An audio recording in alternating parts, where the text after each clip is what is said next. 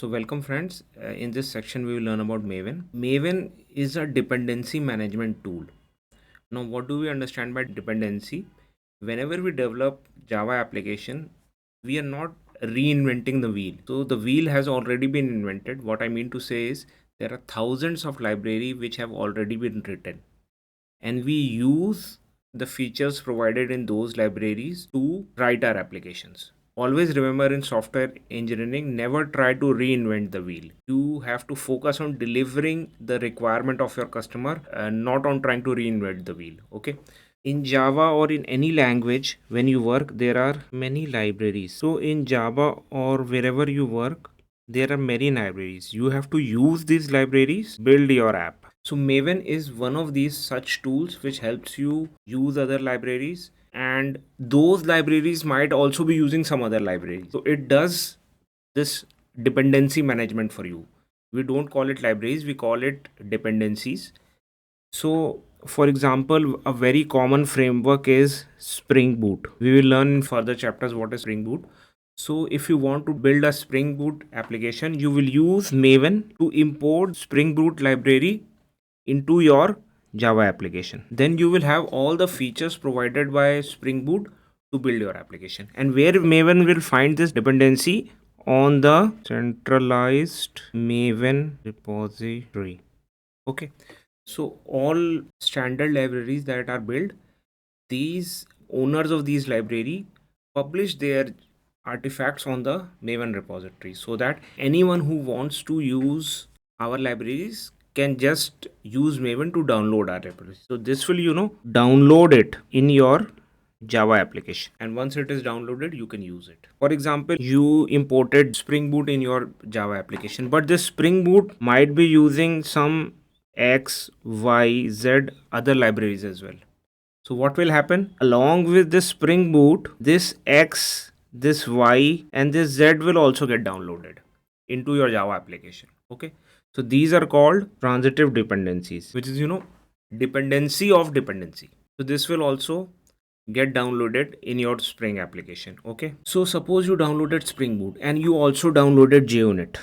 Okay, as you know, JUnit is the most popular library for writing unit tests. But JUnit you only require when you are testing your application or when you are running unit test. Okay, so you can define its scope as test. So this JUnit dependency will also get downloaded by the Maven centralized repository, but it will be used only when you are testing your app. When you are creating a runnable jar of your application, it will not be added, and for other features where it is not required, it will not be added. Spring Boot is required everywhere. When you are building your application, when you are testing your application, it is required everywhere. Scope of JUnit is test, but scope of Spring Boot will be the default scope, which is compile. Okay, so this is the default and the broadest scope. Test is the lesser scope, compile is the biggest scope. And suppose you want to connect to a database. Okay, so for example, you want to connect to Oracle database, so you will have to download Oracle driver. So you will have to download this dependency. Again, you are downloading this dependency from the Maven centralized repository, but you don't require it when you are building your application or when you are testing your application. So there is another scope which is called runtime. So you can use the runtime scope for the Oracle dependency. Okay, so the heart of Maven is the POM.xml file. Okay, using this, you define all the dependencies that you need in your application. You define the name of your application, you define the version of your application, you define the owner of your application, you define the parent of your application. If your application is inheriting from any other application, you define many things. Going further, we will see that we define Maven profiles as well. Okay, so this is the heart of your Java application. So friends, if you can see my screen, this is a simple Java project. Okay, this is not a Maven project. Okay, we have whatever code I have demonstrated to you, most of the code is available here as Java classes. So I only use core Java to demonstrate things to you.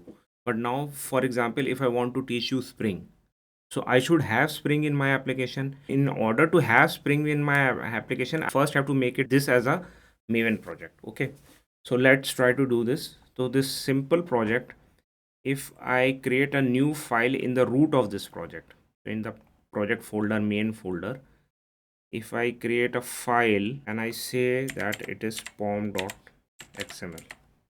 Okay, so immediately if you see at the bottom, I am seeing a pop-up which is load Maven project, because now this IntelliJ editor is able to detect it as a Maven project, because why we added POM.xml.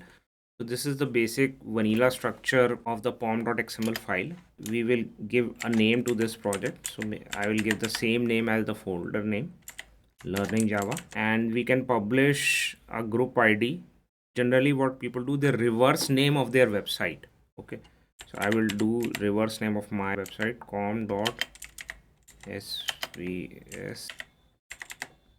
Okay, so my website is svs.in is my website, so I'm doing in.svs tech. Okay, and this is the basic version, and which Java version you are using, that you need to specify as a source and target version of your application.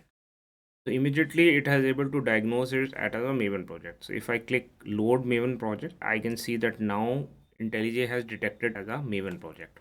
So now what I was talking was, if I want to teach you Spring Boot, okay, so I need Spring Boot in this project, right? And how will I get Spring Boot in this project? What I need to do is, in the dependencies tab, I need to create a new tab for a dependency, and then if I simply paste this tag for Spring Boot here, still I have pasted a tag. Why am I not able to see Spring Boot here? What I'm able to see in the external libraries, I'm only able to see the Java version 11, which I've specified, Java 11, nothing else. Okay, so we can right click on this project, go in this run Maven option, and we can do clean install. Okay, if I do clean install, you see what it is doing. What it is saying, downloading from central. This is the central server address, repo.maven.apache.org.maven2.